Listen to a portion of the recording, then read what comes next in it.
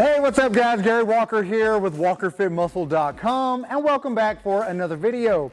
Today's video is all about how to stay lean year-round, okay? Before we get into the video, here's the thing. You see these guys on social media taking all these amazing pictures, looking jacked, looking lean. Here's what you may not know. They dieted down for that picture. Not everybody stays lean year-round because it's very difficult to do. But if you want to know how to stay lean year-round, that's what this video is all about. That being said, let's get to it. All right guys, quickly, before we get into the breakdown and before I give you some tips and tricks and some things you really need to focus on if your goal is to stay lean year-round, first, if you haven't already subscribed to my channel, please subscribe to my channel. All right, here's the thing. Staying lean, having ripped abs, it's a great accomplishment. But let's first define lean. What is lean? What is too lean? Because yes, there is a such thing as being too lean. So for the sake of this video, I'm gonna define too lean as sub 8% body fat. Here's what you're thinking. Man, my buddy stays 6 to 8% year round. That isn't too lean. Well, here's the thing. If your goal is year-round leanness, then yeah, that can have a lot of detrimental effects. Here's the thing. Sub 8% body fat, it starts jacking with your hormones. You're not optimizing your hormones no longer. Testosterone, growth hormone, cortisol is starting to get released much more often than it should. So there's a lot of different things that happen with your hormones. Also energy levels. You don't have optimal energy levels. There's days you're gonna feel lethargic. The days you really kill it in the gym, it's hard to rebound from those hard, intense workouts. All right, the other thing is it's hard to grow muscle if you stay that lean. At the end of the day, you should be focused on trying to gain a little bit of muscle every year because the more muscle your body has, the more metabolically active your tissue is gonna be, meaning you're gonna just burn more calories at rest, which is gonna help you stay leaner. Naturally, as you age as well, your body starts dumping muscle. It's harder to hold on to the muscle. So you still wanna be eating enough to be in a slight surplus so that you can still build muscle. The last thing I wanna focus on is you're gonna be more prone to injuries, man. You don't have the extra cushion. You're lacking that extra energy. All the things, your central nervous system, all of these things that are required to be optimal to keep and prevent injuries from happening, you're gonna be risking a lot of these injuries, elbow injuries, knee injuries, back, wrist, ankles. A lot of the joint injuries happen when you get into these depleted states. All right, so let's say 8 to 10% is where I want you to focus on maintaining. So if you are in the 8 to 10% range year-round, you're still gonna be able to get really good optimal benefits. So for the sake of this video, sub 8%, I don't recommend staying there year-round. That doesn't mean you can't ever get there. If you're gonna do a photo shoot, if you're doing a bodybuilding show, physique show, anything like that, then obviously you need to get into those really low numbers. But here's the thing, it's okay to get there. Just start reverse dieting to get back to the 8 to 10% range because 8 to 10%, you're going to feel great. One other trick before I get into some of these things, here's what you can really focus on. Focus on using resistance with your ab training. Anytime you're working abs, use some resistance training. I'm talking rope crunches with added resistance. You can use a barbell or a weight plate to do some weighted crunches. You can do some weighted decline crunches. A lot of those things are gonna actually help build muscle on your abs. The reason that is key, if you've got skinny abs, if you have flat abs, then you can be 8 to 10% body fat and still not see your abs. I've seen guys that are 7%, and you can tell they have a flat stomach, but they don't have abs. On the other side of that is, I've known guys that are 12% body fat, but you can see all 6 of their ab muscles, so they look a lot leaner. So that's one of those illusionary tricks you can utilize to make sure you build these abs, to make sure you look leaner in the 8 to 10% range. And again, that has carryover into the 12%. All right, here's the thing. Now we know we're shooting for the 8 to 10% body fat range year round. If you do that, you can take your shirt off year round and feel great. You're gonna look lean in all of your posts because you are lean. First thing you really need to get a grip on, you gotta hone in on that nutrition. All right, when I'm talking nutrition, that doesn't mean you gotta eat perfect year round.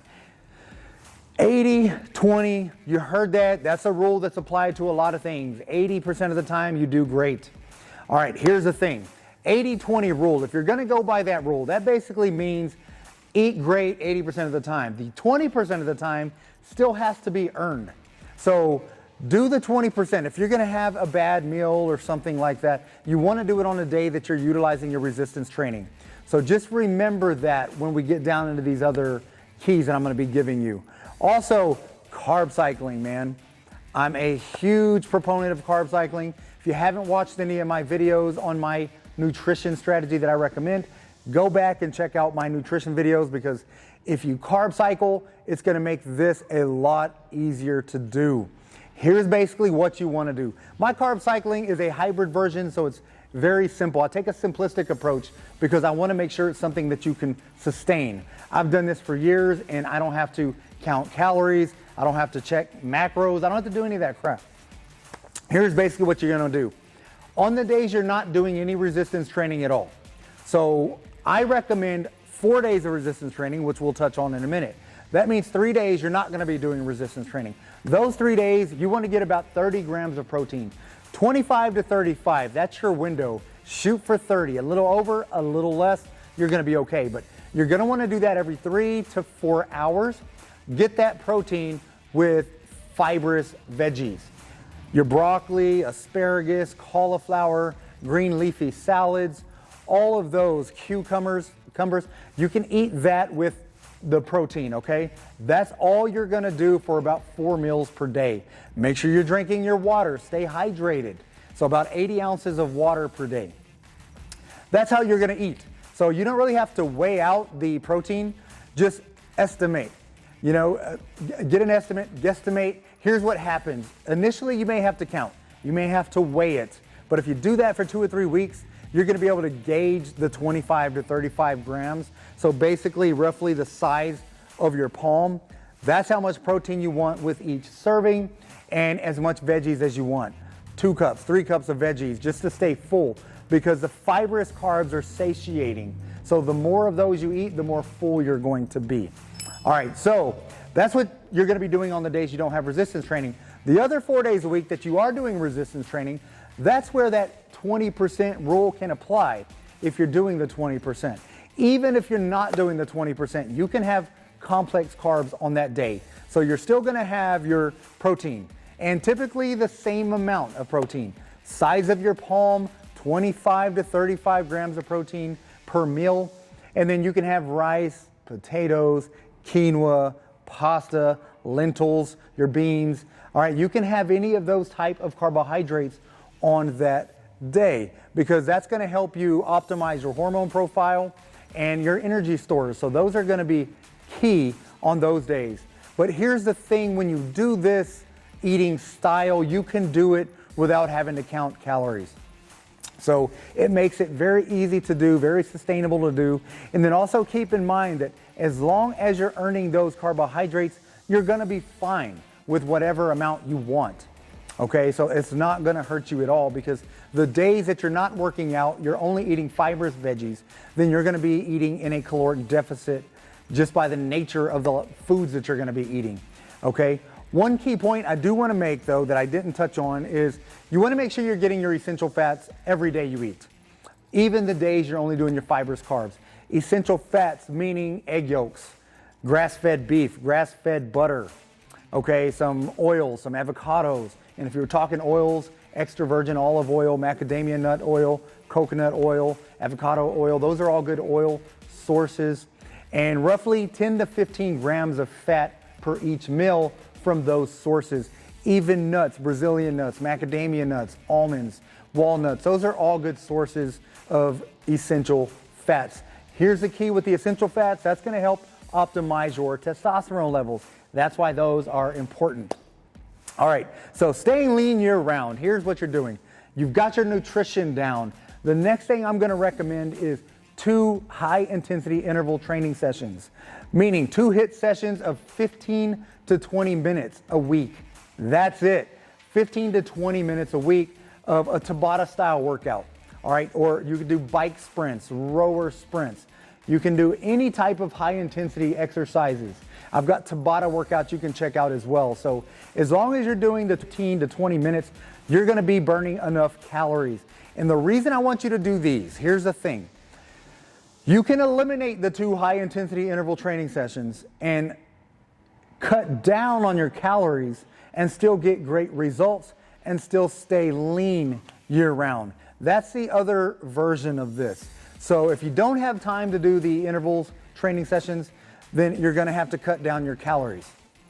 I actually prefer keeping your calories higher and offsetting the higher calories with the 2 intensity training sessions, high intensity interval training sessions, because what that does is your energy stores are gonna remain more full, which are your glycogen levels. You can eat more calories, your muscles are gonna be more full, again, because of the glycogen. You're gonna be storing more water, you're gonna be more hydrated, you're just gonna feel better naturally because you're eating more calories.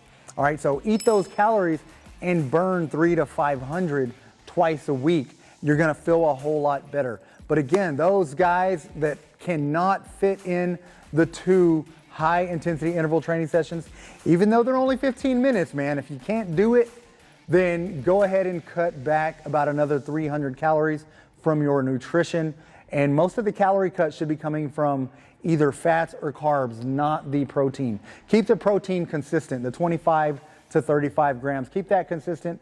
Make your calorie cuts within the carbohydrates or the fats, the essential fats. All right, the last point I do want to make, something else you really want to focus on. We've been touching on it here, 4 resistance training workouts.